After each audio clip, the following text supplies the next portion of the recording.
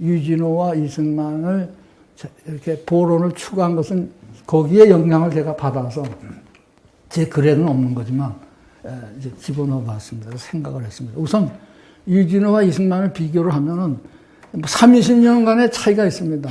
이승만 씨는 유진호 씨보다 한 30년 더 선배시고 그러신데 대체로 경력을 보면은 유진호 씨는 다 아시다시피 막 천재, 수재에 속하는 사람, 경성제대에 그 당시 수석을 입학했고 경성제대 법문학부에 수석 졸업을 했고 그 법문학부에서 법을 공부했을 때 대륙법을 공부했다라고 보고 그런데 하여간 여러 가지 상황 속에서 친일파로 지금 이렇게 규정이 되고 있습니다.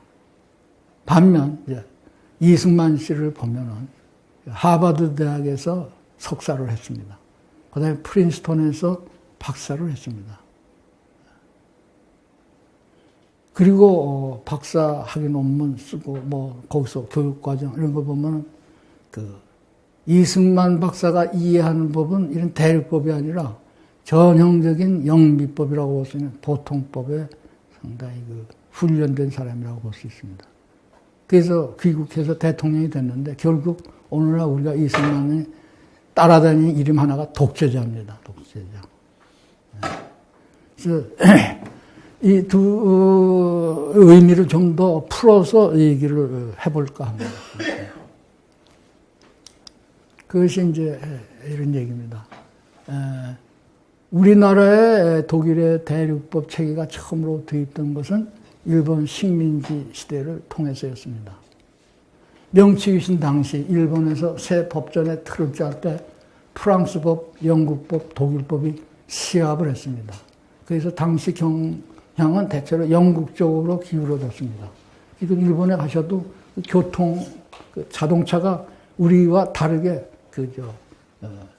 좌측입니다. 좌측. 핸들도 그렇고 말이죠. 그래서 상당히 영국적인 것으로 기울어졌었는데 왜 갑자기 이 영국적인 법과 체계를 안 받아들이고 독일법이 승리를 했느냐 이런 얘기입니다. 그래서 독일법이 이제 결정적 승리로 귀결되었다고 하고 로스코 파운드라고 하는 하버드 대학 법과대학 학장을 했던 분의 보통법의 정신에 수록이 되어 있습니다.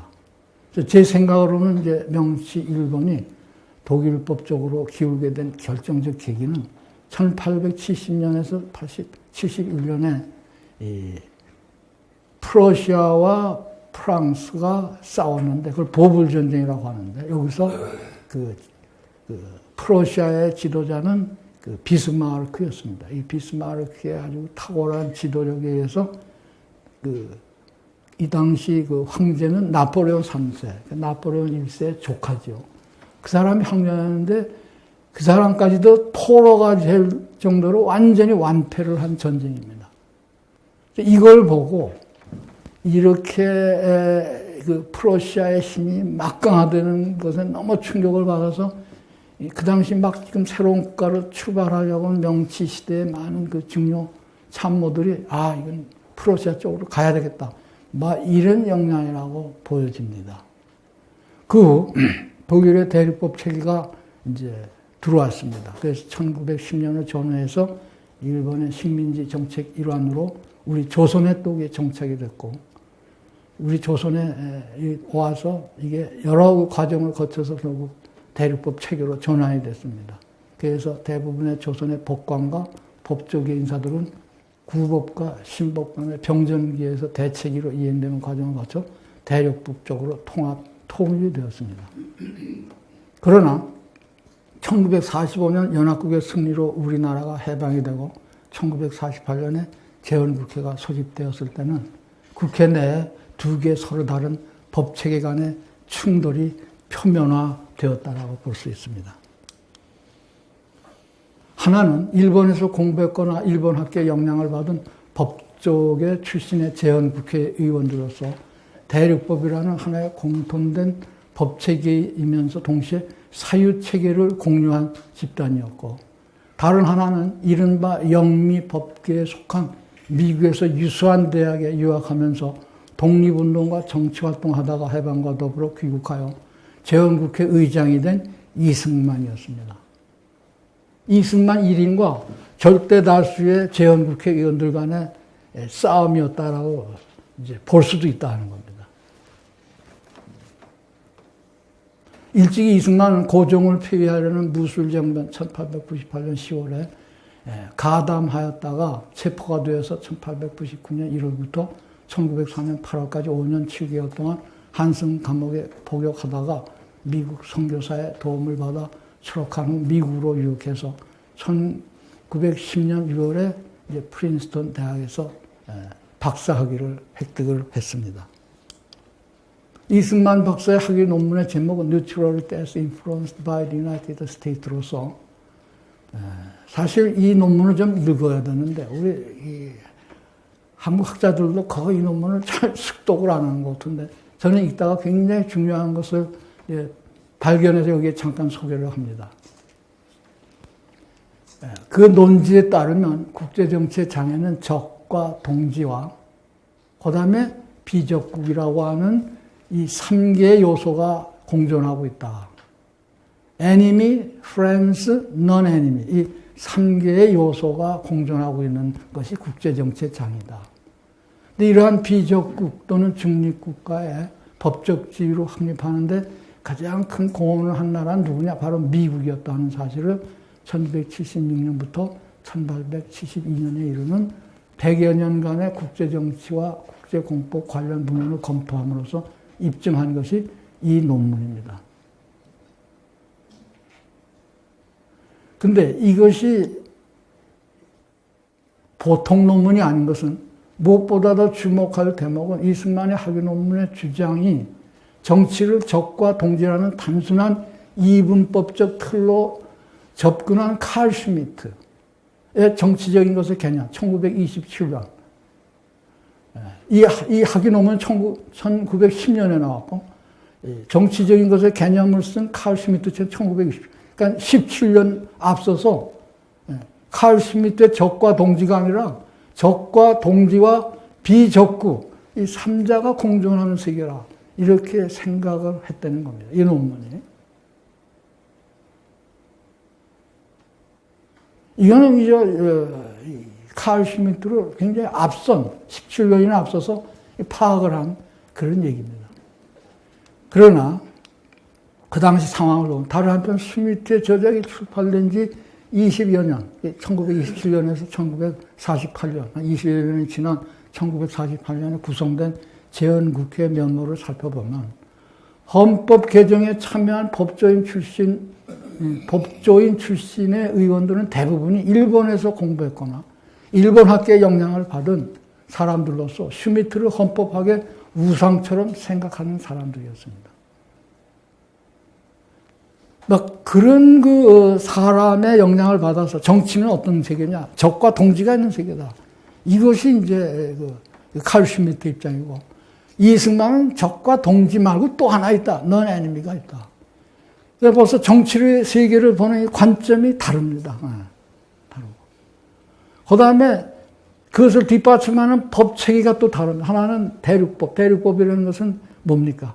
톱다운이거든요. 대명제, 소명제, 결론. 근데 이 보통법이라는 건 버텀업.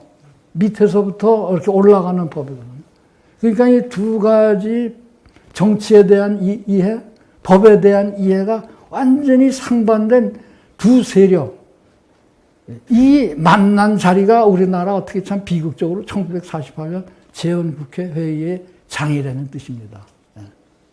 근데 그동안 우리 이제 이승만과 재헌국회 또는 국회 간의 갈등은 전부 이승만의 개인적 퍼스널리티만 갖고 얘기하는 것은 한계가 있다.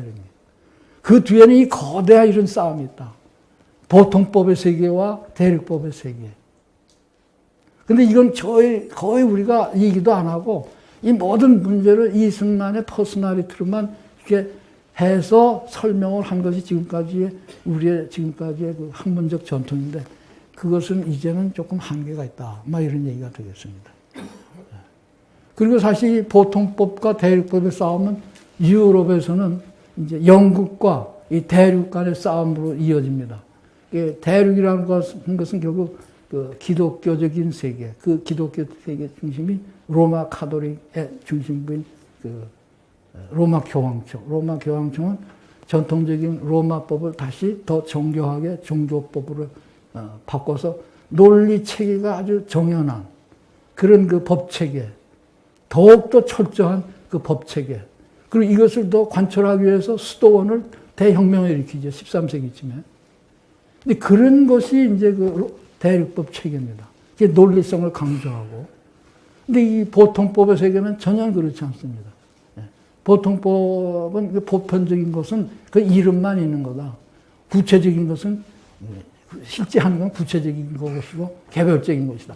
이런 유명론적 전통에 입각한 그 영국의 보통법. 뭐 브렉시트도 저는 이런 관점에서 봅니다. 사실. 브렉시트의 가장 중요한 핵심은 유럽 단일 시장. 이거의 반대가 브렉시트라고 봅니다. 그리고 유럽 단일 시장은 더 올라가면 그 교황에 의한 단일한 교회, 원처치. 이거에 대한 그 전통에 대한 그 영국인의 아주 근본적인 반발하고도 맞물린다고 해서 저는 영국인들이 그런 그 단일 시장을 주장하는 유럽 시장, 유럽 공동체는 거기서는 받아들일 수 없기 때문에 이제 이런 것이 나왔다라고 해석합니다. 여하튼. 그러니까는 이 싸움이 보통 싸움은 아닌 것이죠. 지금 이 대륙법적 그,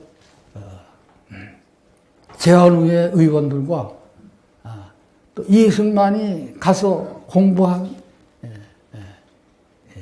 하버드와 프린스턴에서 배운 거기서 박사학위 논문까지 쓴 이런 과정에서 이해된 그런 그 정치 세계와 법 체계에 대한 이해는 이건 너무나 상극적인 건데 그것이 충돌한 게 바로 1948년 재헌의회다. 이렇게 생각을 할 수도 있지 않느냐. 이런 것이 그 제가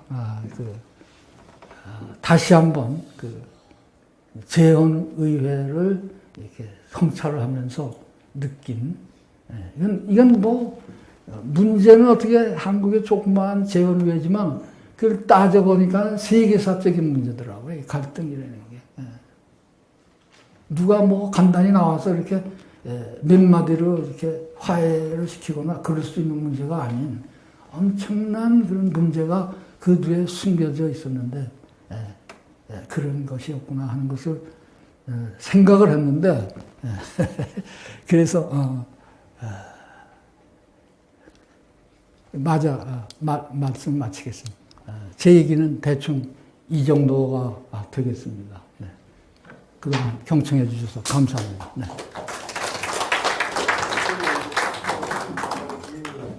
1948년 5월 10일 날 우리가 국회의원 선거를 해서 국회의원 198명이 당선되고 2명이 제주도 4.3 사태로 인해서 이 참석을 못했다고 아까 말씀하셨는데 그 다음에 우리나라 헌법이 이제 이 오늘 교수님한테 들은 대로 그렇게 이제 재헌헌법이 맺어진 거거든요. 그렇다면 1948년 5월 10일 선거 당시에도 선거법이 있었을 거 아닙니까? 그 선거법은 어떻게 돼서 국회의원이 198명이 당선이 되느냐. 뭐 어떤 법에 의해서 그게 국회의원이 당선되는지 그걸 한번 의심해 주세요. 그것까지는 제가 생각을 못 해봤는데, 네. 네. 말씀하세요. 네. 예, 저는 최광입니다.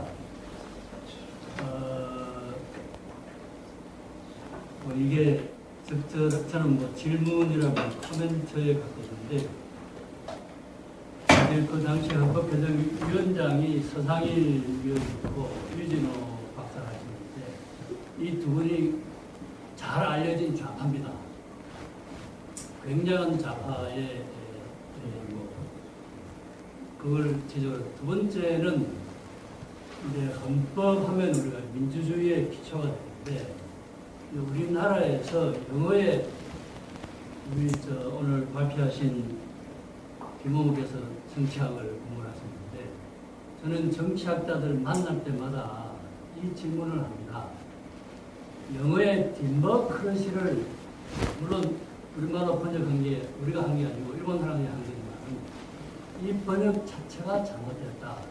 그게 무슨 디모크라시즘이란 말도 왜 주의가 들어갔냐.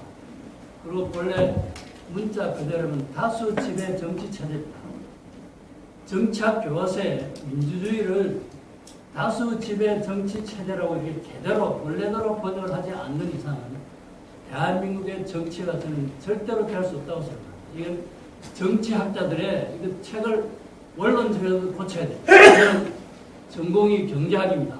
대단히 죄송하지만은 미국 사람들이 디모크라시라는 말을 들었을 때는 우리나라의 이 지식인들이나 일반 사람들이 느끼는 디모크라시라는 말하고 전혀 다르게 인식합니다. 아주 다르게 인식합니다. 그리고 이제 잘 아시겠지만 미국의 그 파운딩 파더들은 모여서 이제 이 미국 헌법을 만들 때 다른 건 하나도 고민 안 했습니다. 뭘 했냐? 아시겠지만 이게 이제 소위 디모크라시라는 것이 지금부터 2500년 전에 그리스에서 딱 100년 존재하던 제도를 이제 미국의 헌법 제헌 당시니까 뭐 200년 전으로 치면 한 2300년 전 역사를 그분들이 무지무지하게 공부를 했습니다. 그 주된 목적이 뭐였냐 하면은 뭐 인권이고 이런 게 아니고요. 질의를 좀 해주시죠. 어떻게 하면은 시자 같은 독재자가 미국이라는 나라에는 안 생기게 헌법을 만드느냐. 이것이 미국의 헌법을 만든 소위 근구 아버지들이 노력한 겁니다. 질문에 가까운 거는 이제 우리 김 교수님이 책을 국회 속기록을 읽으시면서 거기에 참여한 논의 속에서 이제 그 어느 분들이 그리스나 미국의 헌법 제정 과정에서 제가 조금 전에 말씀드린 그런 부분을 고민한 흔적이 있었는지를 제가 여쭤보고 싶습니다. 네, 감사합니다. 그 상당히 핵심적인 질문을 해주셨다고 봅니다. 디모크라시를 민주주의로 번역하는 사람도 있고 민주정치라고 번역하는 사람도 있습니다. 근데 이제 대다수는 민주주의라고 번역을 하고 있고 극소수가 민주정치라고 번역을 하는데 저는 민주정치가 올바른 그 입장이라고 보는데 그럼에도 불구하고 이제 다수가 민주주의 쪽으로 많이 기울어져 있기 때문에 그 사람들은 어떤 입장이냐. 이제 대개 민주주의론자들은 자꾸 디모크라시를 이제 이론적인 관점에서 자꾸 통찰을 하고 그리고 이론적인 것이 정립이 되면 그 다음에 실천적으로 이렇게 이론에 맞춰서 실천을 하는 방향이 성향이라고 봅니다. 근데 원래 그 정치학이라는 게 이제 practical science라고 보고 그런 점에 있어서 특히 그 우리는 이제 전통적인 그 주자학이니 이런 데서 그 프랙티컬한 게 좀 약한 건 사실입니다. 상당히 그 이론적인 것은 고도화가 되어 있고 아주 그냥 그 상당히 높은 수준에 달하고 있는데 그래서 이제 그런 전통에 맞물려서 많은 사람들이 우리나라에서 민주주의라고 하는 사람이 상당히 그 다수라고 생각하고 있고 그리고 정치 생활도 이론에 비추어서 그 우리의 그 정치를 보기 때문에 그 이론적으로는 정연한데 실제로 그것을 그 하는 순간에 그게 맞지 않는 게 아까 말한 정치라는 건 굉장히 그 익숙한 거 그게 굉장히 중요한 요소인데 이론에서는 그 프랙티컬한 건 그것의 중요성을 인지를 하고 그것을 많이 그 강조하는 것이 이제 프랙티컬한 것의 상당히 중요한 부분인데 이 이론적인 사람은 익숙한 거는 자꾸 부정적으로 이건 뭐 진짜 적폐라고 보고 굉장히 부정적으로 보는 거기서부터 이제 그 문제가 생긴다고 봅니다. 그래서 그 아까 말씀하신 대로 그 우리 한국 정치학을 하는 사람 또 정치를 하는 사람 하는 것의 문제는 너무 그 이론적인 것의 입장에서 이 실천적인 것을 보려고 하는 그건 우리 그 실천적인 것을 살리기보다는 죽이는 경향이 많습니다. 그 실천에 맞추어서 이론이 따라가야 되는데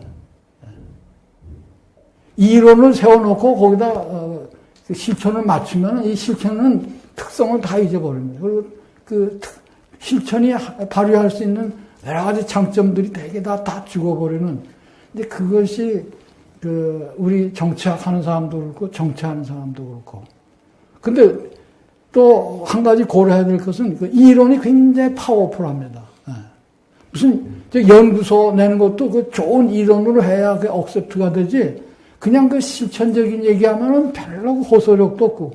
그러니까 이제 자꾸 이론에다가 강하게 의존하는데 그게 그런 그 뭐 연구소를 내고 뭐 하나 책을 쓰고 하는 데는 좋은데 실제 정치를 운영하는 데 있어서는 별로 그 성과가 없는 그게 이제 문제인데 그것이 저도 동감입니다. 오늘 저 질문 제기한 사람 분과 저도 상당히 의견을 같이 합니다. 그런 것이 좀 많이 그 얘기돼야 되지 않을까 이렇게 생각합니다.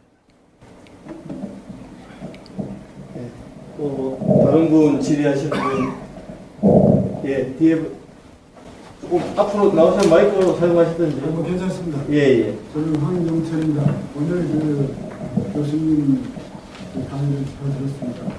근데 이제 제가 생각하기는 아까 그 제헌헌법 개정 과정에서 그 유진호 그 기초위원은 외곽제 중심으로 갔다가 그 이승만 박사가 대통령 중심으로 강력하게 요구하다 보니 그리 가가지고 그 당시 제정된 헌법이 현재 한 70년 동안 9번 개정되면서 그 큰 골격을 그대로 유지해 왔다 이렇게 말씀하셨는데 현재 지금 이 국회에서는 헌법 개정을 하면서 내각제로 가려고 하는 그런 안들이 논의되고 있는 것 같은데 사실 그동안 거의 70여 년 동안 우리 대통령제를 하면서 그것이 우리 몸에 익숙한 그런 옷인데 갑자기 그 옷을 다른 옷으로 바꿔 입을 때 좀 상당히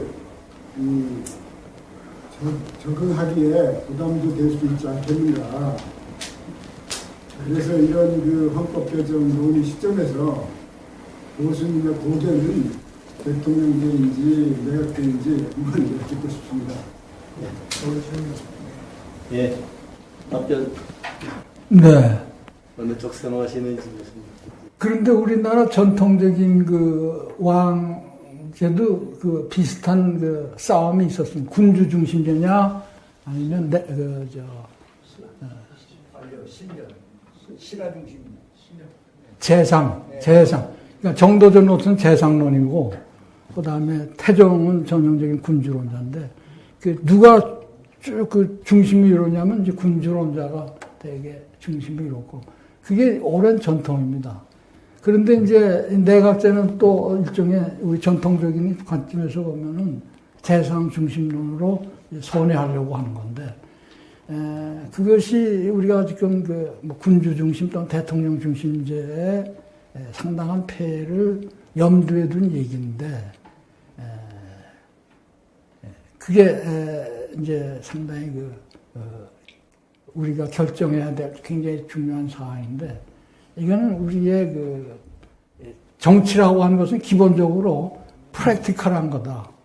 그게 프랙티컬한 점에서 판단을 해야지 자꾸 이론적인 것이 앞서면은 이 말로 이론적으로는 괜찮은데 이제 그게 헌법으로 딱 제정돼서 이제 그렇게 하자 하는 순간부터 이게 잘 맞지가 않는 그래서 그 헌법 만들자마자 폐기해야 된다는 이런 것을 걱정하게 되면은 지금 헌법도 굉장히 그 장점이 여러 가지가 있는데 너무 그것을 고려하지 않고 부정적인 것만 할 경우 이거 어떻게 될까 하는 걱정을 하고 있습니다. 제 얘기를 뭘로 해석을 하실런지 모르겠는데 저는 그런 입장입니다. 네.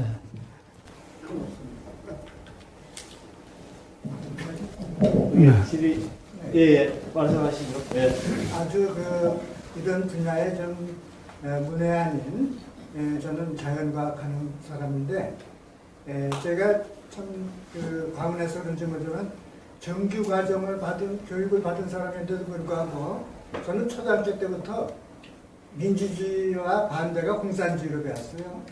그러면서 이제 민주주의, 여기 지금 재헌헌법에서 민주주의가 자유민주주의하고 인민민주주의, 평등민주주의를 구별해서 제정하는 것이 있었는지 그거가 좀 헷갈리거든요. 지금 북한의 경우도 조선 민주주의인민공화국에서 민주주의를 표방하고 있잖아요. 그럼 민주주의 정신이라는 게 재헌헌법에서 그 두 가지 자유민주주의하고 평등민주주의, 인민민주주의를 구별할 수 있는 그런 정신이 나타나 있었는지 그걸 좀 여쭤보겠습니다. 네. 사실 그 문제가 어디서 가장 충돌을 했냐면 국민이라는 표현을 쓸 거냐, 인민이라는 표현을 쓸 것이냐. 그리고 그 헌법, 그 재헌국회 회의록에 보면 그 얘기가 가장 많습니다. 이 두 말 중에서 어떤 말을 쓸 것이냐. 그래서 아주 자꾸 그 얘기가 맺히는 people을 갖다가 인민으로 하자, 국민으로 하자, 이게 왔다 갔다 하다 나중에 최종적으로 국민으로 됐는데, 그게 상당히 그 당시에 예민한 문제였던 것은 있는 거고, 그것과 관련해서 그 사회주의적인 요소, 지금 말하는 민주주의적인 그 전통적인 그런 입장이 많이 대립을 하고 그랬는데, 그 재헌국회 결론은 이제 국민 쪽, 그 다음에 인민민주주의가 아닌 자유민주주의, 이 방향으로 대체로 이렇게 결론을 내지 않았었나. 그러면서 그때 제가 초등학교 때 우리는 일민이다 하면서 일민이라는 말을 하면서 손을 들고서 이렇게 하게끔 세 번 이렇게 하게끔 하는 교육을 받았어요. 일민은 또 이승만의 주장이죠. 일민은. 일민은 또 어떻게 됩니까? 그 일민은 또 너무 우측으로 넘어가가지고 이게 파시즘적으로 갈 수 있는 또 그런 가능성이 많아서 그것도 또 이제 상당히 다원적인 요소가 좀 허용이 돼야 되는데 일민은 너무 또 다원적인 요소가 네. 그래서 이제 그건 또 그런 대로. 어렵습니다. 네, 질문. 예. 예. 박사님, 유진호 선생이 네. 재헌 당시에 내각제를 기초했다는 말씀이죠. 네. 근데 그분의 내각제를 선호한 근거는 뭐였는지 좀 말씀해 주시죠. 그 당시에. 그건 한민당의 기본 입장이었던 것 같아요. 한민당의. 그러니까 정당 체제에 건전한 정당을 토대로 해서 이제 거기에 입각한 영국식 내각제, 이것이 기본 아이디어였는데 그 당시 실제로 지금도 그렇고 하여간 정당제가 취약한 상황에서 내각제를 한다는 것은 소수 몇몇 강력한 국회의원들의 그런 과도 정치가 될 위험성이 있지 않는가 이런 우려를 많이 하는 거죠. 단순히 한민당의 정책이 내각제였기 때문에 유진호 씨가 그걸 반영했다 그런 말인가요? 그게 아니고 제가 볼 때는 유진호 선생은 우리나라의 5,000년 역사를 볼 때에 이 아메리칸 프레지던시 이런 것보다는 영국이나 일본이나 또 좀 이런 반도 국가의 또 우리 한국의 그런 역사 문화를 배경으로 다분히 그런 무슨 배경이 있다고 좀 들은 것 같거든요. 네. 근데 제가 본 문헌에는 이제 상당히 법리적인 의미의 내각제지 그런 역사와 전통과 이런 것과 결부된 얘기는 좀 발견하기가 힘들더라고요. 네, 그러면 질의응답은 이 정도 마무리를 하고 공지사항이기 때문에 이사장님께서 연말씀 하시겠습니다. 교수님 강의에 오늘 고생하셨습니다. 박수. 감사합니다.